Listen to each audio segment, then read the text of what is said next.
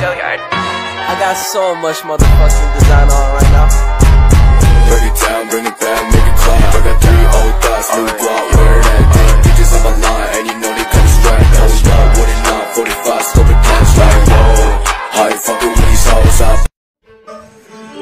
Selamat pagi Bu, perkenalkan nama saya Sinta Ramadhani, nama NPM 2219-2011 dari kelas 1B Prodi Sarjana Kebidanan. Di sini saya akan menjelaskan sistem reproduksi bagian pria. Yang pertama, pada bagian luar terdapat penis yang berperan penting sebagai alat reproduksi pria. Selain kedua, organ ini mendukung sistem reproduksi pria. Mengenal alat reproduksi pria dan fungsinya.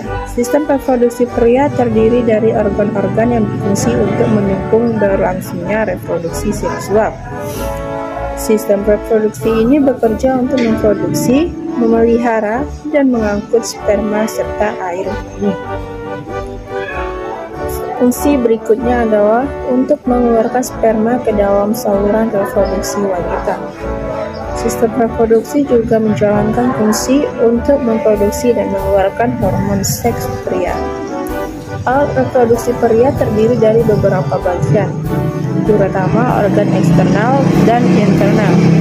Setiap bagian dari organ reproduksi pria memiliki fungsinya masing-masing. Yang pertama, ada penis. Gambar alat reproduksi pria dan bagiannya. Penis pada pria memiliki fungsi yang sama seperti vagina pada wanita. Saat menerima rangsangan seksual, penis bisa membesar dan mengeras atau proses ereksi. Proses ini membantu mengeluarkan sperma atau disebut juga dengan ejakulasi. Organ reproduksi pria ini bukan berupa otot, melainkan jaringan seperti spons yang berisi darah.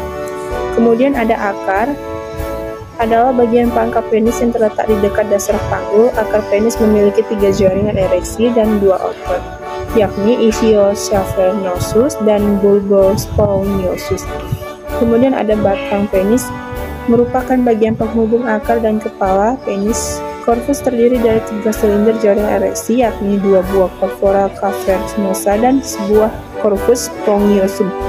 Kemudian ada kepala penis atau glans, yaitu ujung penis dengan bentuk mengerucut yang terdapat lubang saluran uretra. Saluran ini mendukung fungsi penis sebagai tempat keluar urin dan air mani. Kemudian ada testis, yaitu biji kemaluan. Organ satu ini berbentuk oval seperti telur ayam. Testis akan mulai tumbuh ketika laki-laki memasuki masa pubertas sekitar usia 10-13 tahun. Selanjutnya, pada bagian sistem reproduksi pria lainnya yang terhubung dengan langsung dengan testis, diantaranya sebagai berikut. Yang pertama ada epididymis. Epididymis merupakan tempat penyimpanan sementara dan pematangan sel sperma sebelum digunakan untuk membuahi sel telur. Kemudian ada vas deferens. Vas deferens merupakan saluran berbentuk tabung yang berfungsi menyalurkan sel sperma matang dari epididymis menuju saluran uretra untuk dikeluarkan saat ejakulasi. Selanjutnya ada skrotum. Skrotum merupakan kantong kulit yang menggantung di belakang penis. Organ ini berfungsi untuk membungkus testis dan mengontrol suhu testis.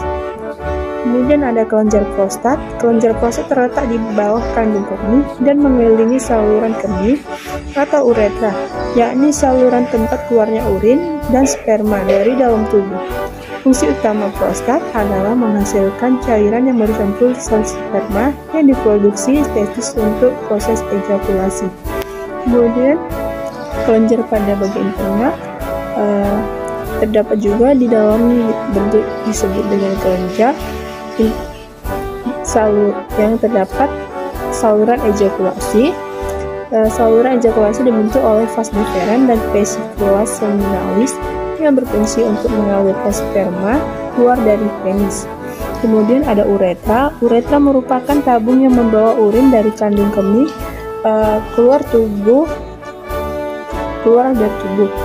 Pada pria, uretra memiliki fungsi tambahan untuk mengeluarkan air mani atau ejakulasi saat mencapai orgasme. Kemudian ada vesicula seminalis, yaitu kantong yang menempel pada vas deferens di dekat pangkal kandung kemih. Kantong ini berfungsi membuat cairan kaya gula atau fruktosa sebagai sumber energi untuk sel-sel sperma. Kemudian ada kelenjar bulboretal yang menghasilkan cairan bening dan licin yang berfungsi untuk mengemasi uretra dan menetralkan kesamaan pada organ penis.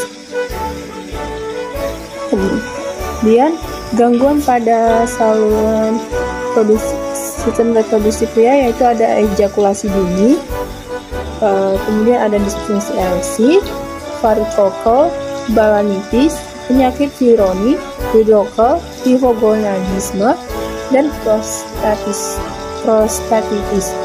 Sekian penjelasan dari saya tentang sistem reproduksi pada pria. Saya ucapkan terima kasih, Bu. Selamat pagi, Bu.